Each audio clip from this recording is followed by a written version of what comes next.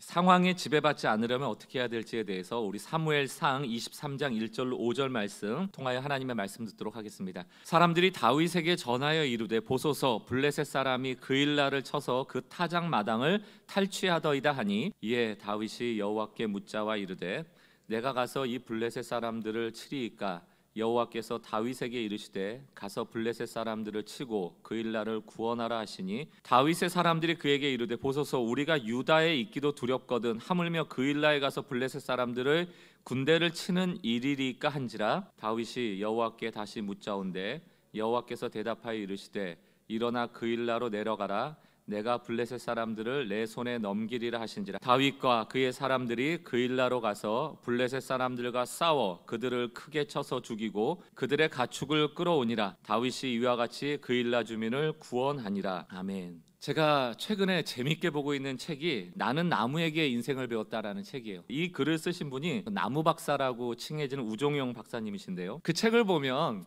우듬지, 이제 우듬지라는 게 그 나무 끝을 얘기한답니다. 나무의 가지의 방향을 결정하는 게 결국 우듬지라는 건데요. 이 우듬지는 늘 햇볕을 많이 볼 수 있는 쪽으로 자라기 때문에 나무가 어디로 자라요? 위로 자라죠. 위로 곧게 자라다가도 혹시 옆에 나무가 크게 자라는 바람에 햇볕을 가리게 되면 이 우듬지라는 게 방향을 튼답니다. 그래서 여러분들 좀 기형적으로 생긴 나무를 종종 보시잖아요. 구부러진 나무. 그 이유가 뭐냐면 이 우듬지가 햇볕을 더 많이 받을 수 있는 방향으로 꺾는 거예요. 구부러지면 어떻습니까? 그게 곧 난데, 그것이 그 나무인데 이거 하면 어떤 결과가 올까? 이거 잘못 선택하면 어떤 결과가 올까? 혹은 잘못 선택해서 잘못된 결과를 맞이하고 있는 분들이 그것 때문에 오늘을 못 살 때가 많잖아요. 그래서 성경은 뭐라고 얘기합니까? 항상 기뻐하고 항상 기도하고 항상 감사하라고 얘기하잖아요. 내 상황이 어떠하던 간에, 상황이 어떻게 변하던 간에 오늘 주어진 하루의 삶을 살아내라는 거예요. 우듬지처럼. 오늘 사무엘상 23장을 보면 세 종류의 사람이 나와요. 첫 번째 사람은 합리적인 사람이에요. 두 번째 사람은 이기적인 사람입니다. 세 번째 사람은 하나님께 묻는 사람이에요. 여러분, 합리적이기만 한 사람은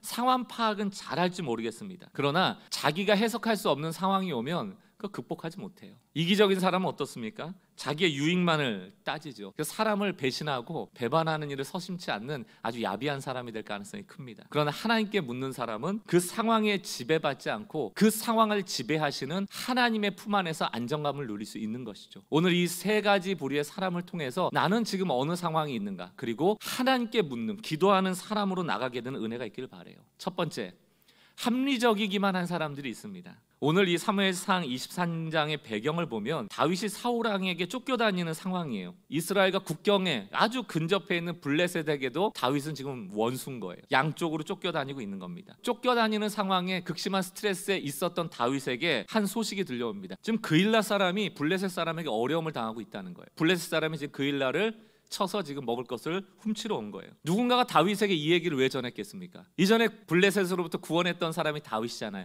그러니까 이번에도 그일라를 구원해달라는 것 아닙니까? 여러분들 한번 질문해 볼게요. 여러분이 다윗이라고 생각해 봅시다. 지금 사울 왕에게 블레셋에게 원수가 되어서 쫓겨나고 있는 상황이에요. 지금 도망자의 신세예요. 네코가 석자인데 지금 그일라를 도와야 될 상황에서 이 중에 누가 선뜻 그일라를 도우러 나서겠습니까? 이 소식을 다윗과 함께 들었던 사람이 있어요. 이 굉장히 합리적인 사람들입니다.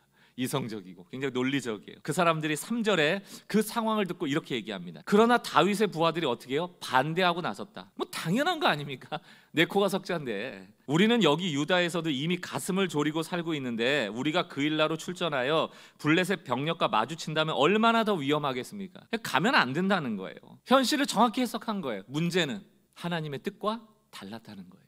우리의 합리적인 판단이 하나님의 뜻을 거스를 수도 있다. 다윗과 함께 했던 사람들이 그런 사람이에요. 합리적이긴 했지만 하나님의 뜻과는 다른 생각을 했습니다. 우리 사도행전을 보면 사도 바울이 예루살렘으로 돌아가려고 하니까 주변에서 환상을 봤다고 얘기하지 않습니까? 환상을 보니까 호박당하는 걸 보니 가면 안 됩니다. 가면 안 됩니다. 라고 얘기할 때 사도 바울이 뭐라고 얘기해요? 잡히러 가는 거다. 이 일을 통해서 로마까지 복음이 전파되기를 원한다. 우리는 포박된다는 곧 가지 말아야 된다라는 합리성으로 나가지만 사도 바울은 포박된다? 그러나 복음은 전해져야 된다 라는 하나님의 뜻으로 가게 되는 것이죠.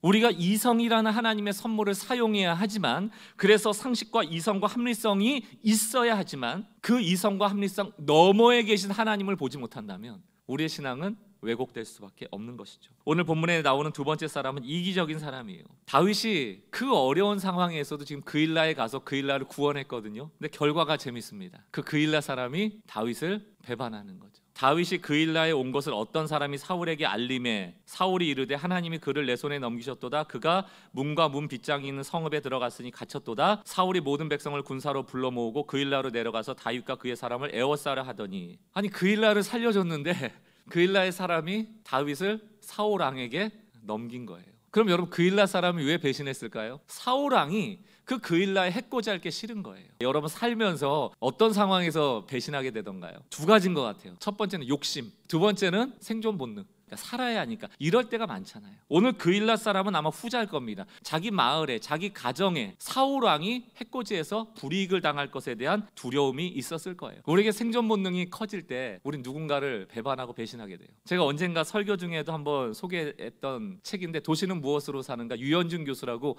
홍익대 교수님이 있습니다. 근데 그분이 그런 얘기 하더라고요. 도시가 세워지고 문명이 세워지고 사람들이 이렇게 집단화되어져서 많이 모여 살게 되는 이유를 그 생존 본능이라고 얘기를 하더라고요.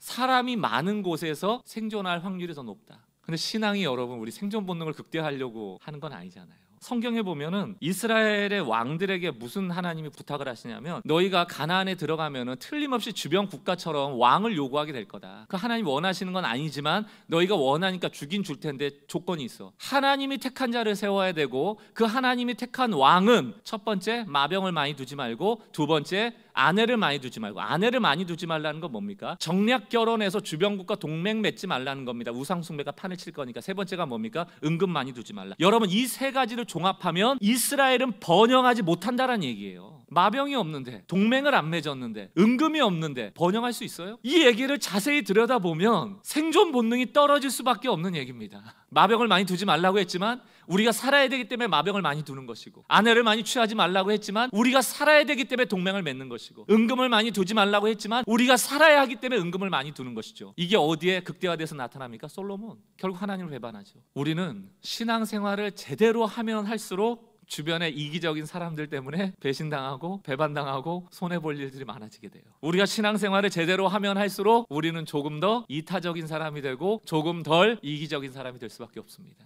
결국 나의 생존 본능 때문에 하나님을 배반하지 않는 존재가 되려면 그 번영을 포기하고 하나님을 붙잡을 수 있는 레디컬한, 굉장히 극단적인 신앙이 우리에게 요구된다는 것이죠. 세 번째 사람이 나옵니다. 세 번째 사람은 바로 기도하는 사람입니다. 합리적인 사람은 기도하지 않아요. 자기의 판단이 옳을 거다라고 믿기 때문에 하나님께 의뢰하지 않습니다. 이기적인 사람도 당연히 기도하지 않죠. 자기의 생존 본능이 이끄는 대로 가지 기도하지 않아요. 사울 왕 한번 볼까요? 다윗이 그일라에 온 것을 어떤 사람이 사울에게 알림해 사울이 이르되 뭐라고 얘기합니까? 하나님이 그를 내 손에 넘기셨도다. 이게 우리가 하는 실수라니까요.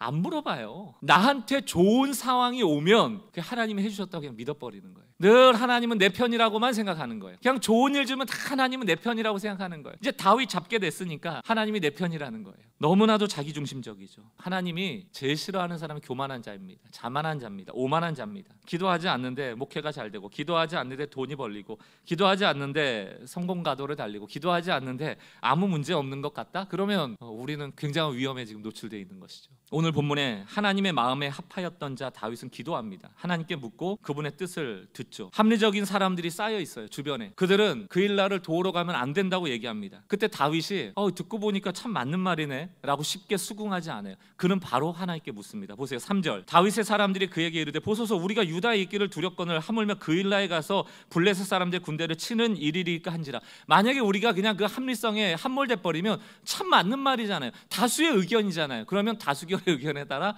그럼 가지 말자 라고 할 수 있었겠지만 다윗은 뭐라고 얘기합니까? 다윗이 여호와께 다시 묻자온대 여호와께서 대답하여 이르시되 일어나 그일라로 내려가라. 내가 블레셋 사람들을 내 손에 넘기리라 하신지라. 다윗이 여호와께 다시 묻자온대 또 한번 물어보는 거예요. 또 이기적인 사람들이 배신한 상황 속에서도 다윗은 기도합니다. 8절을 보세요. 사울이 모든 백성을 군사로 불러 모으고 그일라로 내려가서 다윗과 그의 사람을 에워싸려 하더니 12절이요. 다윗이 이르되, 이 다윗이 이르되라는 것이 여호와께 묻되 그일라 사람들이 나와 내 사람들을 사울의 손에 넘기겠나이까 하니 하나님께 묻는 거예요. 그러니까 여호와께서 이르시되 그들이 너를 넘기려 하신지라. 다윗은 기도로 극복해요. 합리적인 사람에 둘러싸여 있을 때, 이기적인 사람들이 배신할 때 기도합니다. 하나님께 물어요. 그 뜻을 구합니다. 저도 사실 이 설교를 준비하는 지난 주에 우리 살다 보면 다 만나잖아요. 뭐 좀 이해할 수 없는 상황을 만나면 이 화가 좀 나고요. 참 상식 없는 생각을 한다. 또 배려심이 없다. 이런 생각이 드는 분들을 만나죠. 그리고 마음이 이렇게 무거워지죠. 근데 다행히 설교를 준비하면서 기도하게 되면서 나타나는 증상이 뭐냐면 이렇게 좀 가벼워져요, 마음이.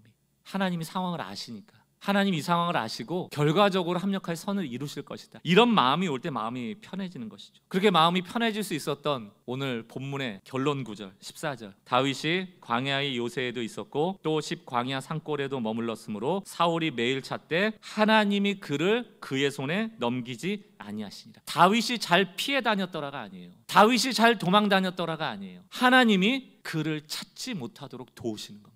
하나님이 내 삶을, 내 세계를, 내 주변을 주장하고 계시는구나. 하나님이 반드시 책임져 주실 것이구나. 지금 당장은 내게 무겁고 불편하고 콱 막히는 것 같은 상황이지만 하나님이 맡아주시면 이것이 풀려질 것이구나. 사랑하는 성도 여러분, 이 14절 말씀을 붙잡으세요. 하나님의 손에 내 인생이 붙잡혀 있다. 얼마나 감사한 얘기입니까? 그러면서 찬양이 나와요. 시편 121편입니다. 내가 산을 향하여 눈을 들리라. 나의 도움이 어디서 올까? 내가 산을 향하여 눈을 든다는 게 어떤 그림 언어예요? 기도한다는 건 아니에요. 하나님께 묻는 거 아닙니까? 사방이 우겨쌈을 당할지라도, 사방은 다 막혀 있을지라도 내가 하늘을 향하여 눈을 들리라. 나의 도움이 어디서 올꼬? 나의 도움은 천지를 지으신 여호와께서로다. 여호와께서 너를 실족하게 아니하시며 너를 지키시는 이가 졸지 아니하시리로다. 이스라엘을 지키시는 이는 졸지도 아니하시고 주무시지도 않는다. 지난주에 내 상황을 하나님은 보셨다, 아신다. 그리고 의로운 자의 편을 들어주실 거예요.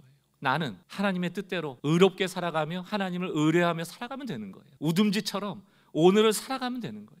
그 불편한 상황 때문에 오늘을 망칠 필요가 없습니다.